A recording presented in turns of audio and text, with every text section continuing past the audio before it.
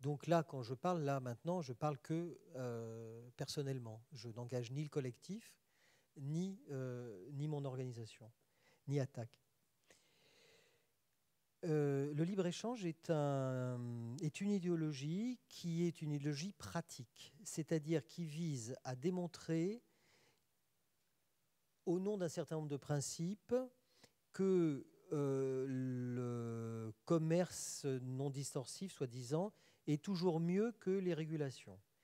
Et le libre-échange, il est utilisé clairement par les États qui ont atteint un certain développement économique et qui estiment devoir avoir accès ou avoir le droit d'avoir accès au marché des autres pays pour leur propre commerce.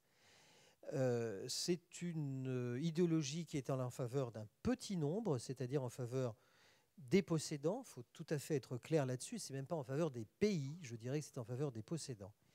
Et ça s'accompagne en général, effectivement, non seulement de ce qui a été dit sur les violences intrinsèques qu'il peut y avoir quand l'échange est par trop inégal, mais ça s'accompagne aussi d'inégalités quelquefois très difficilement supportables, très souvent très difficilement supportables.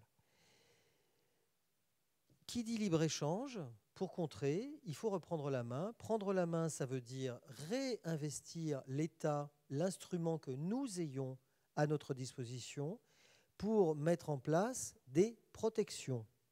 Et donc, je crois que maintenant, après avoir longtemps tergiversé, le mouvement social devrait être capable de se réapproprier le mot de protectionnisme sans que ce soit un gros mot.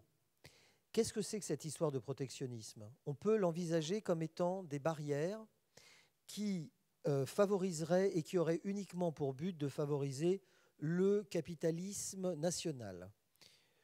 Ce n'est pas du tout ce qui m'intéresse. Je ne pense pas que ce soit ce qui t'intéresse non plus. Le capitalisme national, la sauvegarde du capitalisme national, ce n'est pas quelque chose qui fait partie de mon intérêt ni de mes gènes.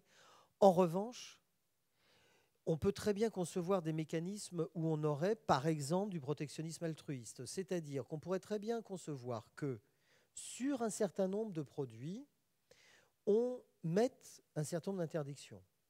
On pourrait très bien dire, voilà, sur les produits fabriqués par des esclaves ou des gens très peu payés, façon les vêtements que nous portons sur nous, qui, comme vous le savez, malheureusement, sont fabriqués par des ouvrières bengalaises ou autres qui sont enfermées dans leur local, et quand ça s'effondre ou que ça prenne feu, bah, elles sont dedans. Vous voyez, bon. Eh bien, on peut très bien dire, là, voilà, ça, on n'accepte pas si ça ne respecte pas les conventions internationales du travail, si ça ne respecte pas les conventions du droit à l'enfant, l'interdiction de l'esclavage, si ce n'est pas fait selon un certain nombre de critères de respect de l'environnement. Et à partir de là, mettre un certain nombre de barrières dissuasives qui peuvent être des barrières tarifaires. Ces barrières tarifaires, on peut ensuite, ça c'est ce que certains appellent le protectionnisme altruiste, les redistribuer en direction du développement, en direction des pays qui en ont besoin justement. Mais à un moment donné, ça veut dire être capable, et c'est pour ça qu'il faut être capable de reprendre ce mot pour soi de protectionnisme, de prendre des mesures non coopératives.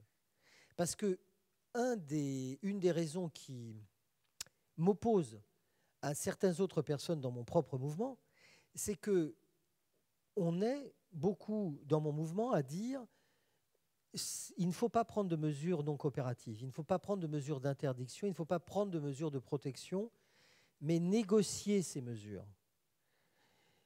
Non, ce n'est pas possible. Il faut à un moment donné être capable de dire, de réinvestir les instruments que nous avons pour nous. Et réinvestir les instruments que nous avons pour nous, et ça tombe bien que ce soit un douanier qui me pose la question, c'est même excellent que ce soit un douanier qui pose la question, parce que ces instruments, bah, on en a un, c'est l'État. Alors, ensuite, comment ça se négocie à l'intérieur de l'Union européenne, comment ça se négocie avec l'Union européenne, ça c'est encore une autre question. Vous voyez, c'est des questions en chaîne, hein. Parce que si on dit on remet des protections, ça veut dire qu'il faut impérativement revoir totalement ce qu'est l'Union européenne.